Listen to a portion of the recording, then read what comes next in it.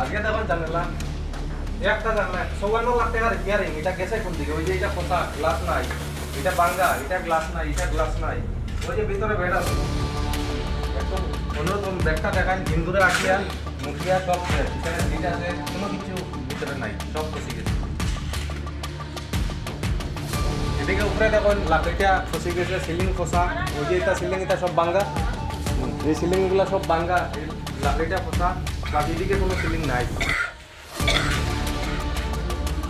আইনার পরিচালনা কমিটি আসুন বা আসুন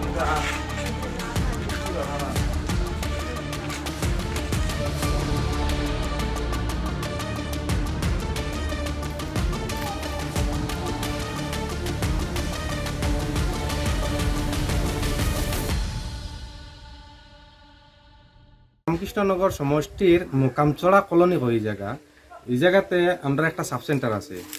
তো এই সাব সেন্টারটা মাসও একদিন 60 তারিখে খোলা হয়, যেহেতু 60 তারিখে একটা ভ্যাকসিন দেওয়া হয় বা কোনো একটা মানে ইনজেকশন সরকার থেকে কোনো কিছু এলে খোলা হয়, আর বাকি দিন এটা বন্ধ থাকে। ইতিমধ্যে এই সাব সেন্টারটা রিপেয়ারিং করার লাগিয়া একটা 54 লাখ টাকার রিপেয়ারিং ফান্ড আইছে, যেটা দেখতে পারবা এখানে সাইনবোর্ড মারা আছে 54 লাখ টাকা কইয়া। কিন্তু এই 54 লাখ টাকা কোন দিকে কে আত্মসাৎ করছে কোনো কিছু দেখা যায় না, খালি একটা ল্যাট্রিন বাথরুম বনছে, যেটা 54 লাখ টাকার মধ্যে।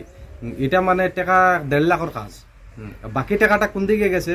আজকে দেখুন এটার সিলিং নাই, দরজা ভাঙ্গা, জানালা ভাঙ্গা, ভিতরে বেড আছে, বেডের মধ্যে ইন্দুরে ল্যাট্রিন করিয়া রাখছে, তেলচুরা মরা, সাপ মরা, এটা মানে খুব জঘন্য হয়ে গেছে জায়গাটা।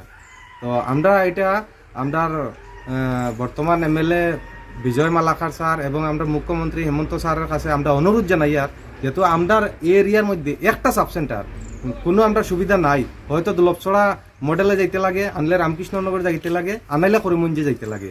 আমরা লোকালের লাগে যে একটা দেওয়া হয়েছে, এখানে কোনো ডাক্তার নাই, একজন নার্স আছে, মাসে একদিন খোলা হয়, এটাতে আমরা কোনো সুযোগ সুবিধা পাই না। যার কারণে আজকে আমরা এটা তুলিয়া ধরছি সরকারের কাছে যায়, এটা দেখো দেখি আমরা এটা একটা সংশোধন করিয়া দেন, এখানে একটা ডাক্তারের দরকার আছে, একজন ডাক্তার এখানে দেন, যেতে আমরা রাইতে নিশা কে কোন সময় কিতা হইব এটা তো আর কোয়া যান না।